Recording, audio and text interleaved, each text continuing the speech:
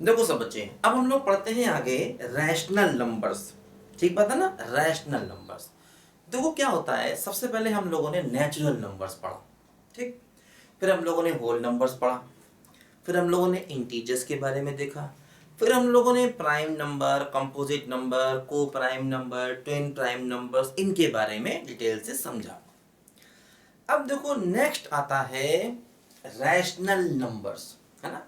Rational numbers को हम लोग कैपिटल क्यू से रिप्रेजेंट करते हैं। देखो सबसे पहले समझें आखिर इनकी बेसिक डेफिनेशन क्या होती है ना। सबसे पहले हम लोग ये समझेंगे कि आखिर रैशनल नंबर की बेसिक डेफिनेशन क्या होती है। ठीक बात है। देखो रैशनल नंबर को जो डिफाइन किया गया है वो सेट बिल्डर मेथड से डिफाइन किया गया। देखो रैशनल नंबर्स की डेफिनेशन होती है x such that x equal to p by q where p and q are integers, where p and q are integers but q not equal to 0। देखो ध्यान दीजिए, p और q दोनों के दोनों क्या है बोलो, इंटीजर्स है। इंटीजर हम समझते हैं, मैंने बताया था आपको इंटीजर्स के बारे में, है ना। तो अब देखो दिक्कत एक होती है कि इंटीजर में जीरो भी आ जाता है। अगर हम इंटीजर की बात करते हैं तो इंटीजर में जीरो भी आ जाता है, लेकिन समस्या देखो यहां पर आएगी कि अगर q जीरो हो गया इसका मतलब आप जीरो से डिवाइड कर रहे हैं, और मैथ्स में जीरो से डिवाइड करना अलाउ नहीं होता है। क्या बोला मैंने कि मैथ्स में जीरो से डिवाइड करना अलाउ नहीं होता है। ऐसा क्यों होता है ये आपको हम आगे समझाएंगे लिमिट वाले टॉपिक में, ठीक। अभी आप इस बात को याद रखो कि भाई जीरो से डिवाइड नहीं करते हैं बस, ठीक। तो ऐसे नंबर जिनको हम p बाई क्यू की फॉर्म में लिख पाए और p और q क्या होंगे, इंटीजर्स, तो इस प्रकार के नंबर्स को क्या बोला जाता है, रैशनल नंबर बोला जाता है। देखो जैसे मान लो फॉर एग्जाम्पल हमने एक नंबर लिया 3/4, तो ये नंबर रैशनल नंबर है ना। मान लीजिए हमने एक नंबर लिया 7/2, तो ये नंबर रैशनल नंबर है। ठीक बात है, क्योंकि देखो ये p बाई क्यू फॉर्म में है, ठीक है। अब देखो जैसे मान लो हमने एक नंबर लिया, मान लीजिए हमने नंबर लिया सिर्फ 4। अब 4 क्या है, नेचुरल नंबर है, ठीक। लेकिन हम 4 को 4/1 लिख सकते हैं। देखो आ गया p बाई क्यू फॉर्म में, तो रैशनल नंबर हो गया। जैसे मान लीजिए हमने लिया -3, तो -3/1 लिख सकते हैं, तो देखो p बाई क्यू फॉर्म में आ गया, है ना। तो देखो इसका मतलब जो हमारे इंटीजर्स होते हैं, जैसे 4 भी इंटीजर है, पॉजिटिव इंटीजर है, -3 नेगेटिव इंटीजर है, ये दोनों क्या हो गया बोलो, रैशनल नंबर। जैसे मान लो हमने 0 लिया, अब 0 को लिख सकते हैं 0/1। देखो ऐसे इसमें p 0 हो सकता है, q 0 नहीं होगा, है ना। 0 को डिवाइड किया जा सकता है, जैसे 0/1 क्या होगा, 0, तो इसलिए 0 भी p बाई क्यू फॉर्म में आ गया। तो इसलिए जितने इंटीजर्स होते हैं वो सारे के सारे क्या होते हैं, रैशनल नंबर। हाँ अब देखो जैसे 3/4 है, ये इंटीजर नहीं है लेकिन ये रैशनल नंबर है। 7/2 है, ये इंटीजर नहीं है लेकिन ये रैशनल नंबर है। ऐसे मान लो हमने एक नंबर ले लिया 1.3, अब 1.3 इंटीजर नहीं होता, लेकिन 1.3 को लिख सकते हैं 13/10, तो कोई ये भी रैशनल नंबर आ गया। तो देखो ध्यान दो, रैशनल नंबर में कौन कौन से नंबर्स आ गए। रैशनल नंबर में सारे इंटीजर्स आ गए, वो नंबर आ गए जिसको इस फॉर्म में लिख सकते हैं, और वो भी नंबर आ गए जिनमें पॉइंट लगा हुआ है, जिनमें डेसिमल लगा हुआ है, वो भी नंबर आ गए, है ना। देखो जैसे हम लिखें 2.714, है ना, 2.714। अब देखो ये भी p बाई क्यू फॉर्म में होगा, क्योंकि इसको क्या लिख सकते हैं, 2714 डिवाइड बाई 1000। ठीक बात है। तो देखो ये भी p बाई क्यू फॉर्म में आ गया, तो ये भी क्या हो गया, हमारा रैशनल नंबर हो गया। अब देखो एक समस्या ये आएगी, जैसे कि मान लो हम लोग अगर कोई भी नंबर लें, देखो जैसे मैंने बताया आपको 3/4 है या 7/2 है, ये दोनों क्या है, रैशनल नंबर। एक्चुअली होता क्या है, जैसे कि मान लीजिए हम लोग अगर 3 को 4 से डिवाइड करें, ऐसे 3/4, देखो यहाँ पर क्या है बोलो 3/4, 3/4 है। तो हम एक काम करते हैं, 3 को 4 से डिवाइड करते हैं डिवाइड। देखो डिवाइड करना हम लोग जानते हैं ना, देखो ये 4 है, 4 से 3 को डिवाइड किया तो क्या हुआ बोलो, है ना, पॉइंट लगाया 0 बढ़ा दिया तो क्या हुआ 4 7 जा कितना हो जाएगा बोलो, 4 7 जा 28, फिर 2 आ गया, पॉइंट लगा 0 बढ़ाया, है ना, तो क्या होगा बोलो 4 5 जा 20, देखो 0.75 आ गया। तो इसको हम लिख सकते हैं 0.75, ठीक। तो 3/4 और 0.75 एक ही बात है। लेकिन देखो जैसे मान लीजिए अगर हम एक नंबर लें 11/3, ठीक। अब 11/3 भी रैशनल नंबर है, 11/3 भी कैसा है बोलो, रैशनल नंबर है।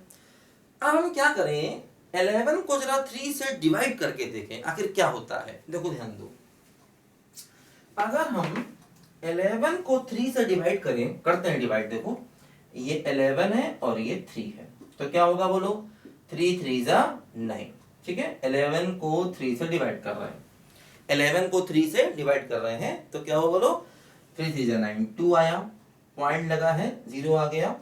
अब क्या होगा बोलो, 3 6 जा 18, फिर 2 आया, ठीक है, फिर 2 आया, पॉइंट लगा है 0 बढ़ाया, फिर क्या होगा 3 6 जा 18, ठीक, फिर 2 आया, पॉइंट लगा 0। अब देखो क्या हो रहा है, कभी भी ये कंप्लीट डिवाइड नहीं होगा, ये चलता जाएगा, कभी भी ये कंप्लीट डिवाइड नहीं होगा, चलता जाएगा। तो इसका मतलब 11/3 क्या हो गया, 3.66666 अप टू इंफिनिटी। इसको हम ऐसे भी लिख सकते हैं 3.6 बार, है ना। जो नंबर लगातार रिपीट करता है उसको हम ऐसे भी लिख सकते हैं। तो देखो क्या हो रहा है, जो एक्चुअली p/q फॉर्म के नंबर होते हैं, जैसे ये भी p/q है, ये भी p/q है, उनको हम डेसिमल में भी चेंज कर सकते हैं, है ना। जैसे 3/4 है, इसको हमने 0.75 लिखा, 11/3 है, ये कंप्लीट डिवाइड नहीं हुआ, चलता रहेगा। ऐसे बहुत से केसेस होंगे, ऐसे बहुत से केसेस होंगे जहां पर वो कंप्लीट डिवाइड नहीं होगा। तो ध्यान दो, जैसे इस प्रकार का जो डेसिमल होता है, जैसे ये 2 डिजिट के बाद रुक गया, देखो 0.75 2 प्लेस के बाद रुक गया, डेसिमल के 2 प्लेस के बाद रुक गया, तो ऐसे डेसिमल को बोलते हैं टर्मिनेटिंग डेसिमल। क्या बोलते हैं इसको, टर्मिनेटिंग डेसिमल, है ना, टर्मिनेटिंग डेसिमल, लिखो सब बच्चे, टर्मिनेटिंग डेसिमल, ठीक। ऐसे डेसिमल को हम क्या बोलते हैं, टर्मिनेटिंग डेसिमल, जो रुक जाए, चाहे 2 डिजिट के बाद रुके, चाहे 3 के बाद रुके, चाहे 4 के बाद रुके, चाहे 1 लाख के बाद रुके, रुक जाए, अगर ऐसा डेसिमल रुका तो उसको हम क्या बोलेंगे, टर्मिनेटिंग डेसिमल बोलेंगे। ध्यान दीजिए, ठीक।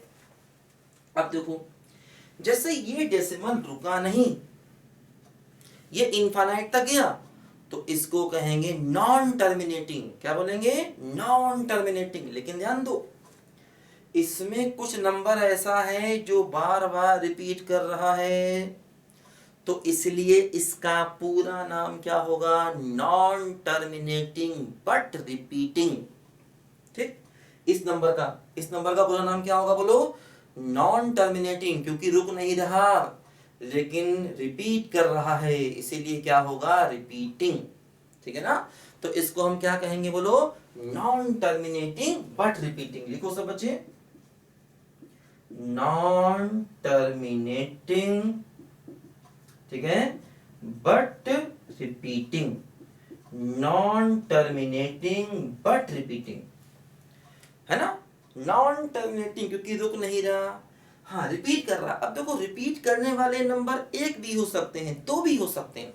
जैसे यहां पर देखो रिपीट कर रहा है 66666, रिपीट करने वाले नंबर एक भी हो सकते हैं, दो भी हो सकते हैं, 3 भी हो सकते हैं, 50 भी हो सकते हैं, ठीक है ना। रिपीट करने वाले नंबर कितने भी हो सकते हैं, बात समझ में आ गई, ठीक है। सब बच्चे ध्यान से समझिए इसको फिर से एक बार। रैशनल नंबर का मतलब देखो हमने इसकी डेफिनेशन को कैसे लिखा है, सेट बिल्डर की फॉर्म में लिखा है, सेट बिल्डर की फॉर्म में, क्योंकि रैशनल नंबर बहुत सारे होते हैं। कैसे लिखा, x such that x equal to p by q where p and q are integers, p और q इंटीजर होने चाहिए, जिसमें से q जीरो नहीं हो सकता। हाँ, p जीरो हो सकता है, कोई समस्या नहीं, लेकिन q जीरो नहीं होगा। क्यों नहीं होगा, क्योंकि जीरो से डिवाइड करना मैथ्स में अलाउ नहीं होता है, याद रखिए सब बच्चे। ठीक, अब देखो जैसे हमने नंबर लिया 3/4, राइट, 3/4 लिया। अब 3/4 देखो ये भी इंटीजर, ये भी इंटीजर, ठीक, रैशनल नंबर है। 7/2 रैशनल नंबर है। 4 है ना, 4 को लिख सकते हैं 4/1, -3 को लिख सकते हैं -3/1, 0 को लिख सकते हैं 0/1। तो इसका मतलब जितने भी इंटीजर्स होते हैं वो सब के सब रैशनल नंबर होते ही होते हैं, ठीक है ना। इस बात को भी नोट कर लीजिए, all integers are rational numbers. जितने भी इंटीजर्स होते हैं ये सब के सब क्या होते हैं, बोलो, रैशनल नंबर्स होते हैं, रैशनल नंबर्स, ठीक है। All integers are rational numbers. हाँ, अब देखो जैसे ये डेसिमल वाले नंबर हैं, इनको भी p by q फॉर्म में लिख सकते हैं, इसलिए ये भी रैशनल नंबर हो गए। एक्चुअली होता क्या है, इस प्रकार का जो नंबर होता है p by q वाला, उसको हम डेसिमल में भी चेंज कर सकते हैं, डेसिमल को p by q में भी चेंज कर सकते हैं और p by q को डेसिमल में भी चेंज कर सकते हैं। अब जब डेसिमल में चेंज किया तो दो प्रकार की संभावनाएं निकल के आई, दो पॉसिबिलिटीज निकल के आई। एक तो ये, या वो कंप्लीट डिवाइड होगा, इसे कहेंगे टर्मिनेटिंग डेसिमल, और जो कंप्लीट डिवाइड नहीं होगा वो निश्चित है कि रिपीट होगा। ध्यान दीजिए, अगर हम एक इंटीजर को दूसरे इंटीजर से डिवाइड करें, है ना, अगर एक इंटीजर को दूसरे इंटीजर से डिवाइड करें तो या तो वो रुकेगा, 2 प्लेस के बाद रुके, 3 के बाद रुके, 4 के बाद रुके, 1 लाख के बाद रुके, या तो वो रुकेगा, और अगर नहीं रुका तो वो रिपीट करेगा, ये कंफर्म है ना। आप कोई भी एक इंटीजर ले लें, उसे दूसरे इंटीजर से डिवाइड करके देख लें, रिपीट करेगा, ये कंफर्म है। हाँ, अब रिपीट भी एक प्लेस के बाद कर सकता है, 2 के बाद कर सकता है, 3 के बाद कर सकता है, 4 के बाद कर सकता है, 5 के बाद भी कर सकता है। लेकिन अगर आप एक इंटीजर को दूसरे से डिवाइड करेंगे तो या तो वो टर्मिनेटिंग होगा, और अगर नॉन टर्मिनेटिंग हुआ तो कंफर्म है कि वो रिपीट करेगा ही करेगा।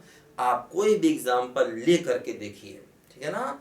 चलिए सब बच्चे इसको नोट करिए पहले, फिर और इसमें इंपॉर्टेंट बातें हम लोग आगे की देखते हैं। फटाफट नोट करेंगे सब बच्चे जल्दी से।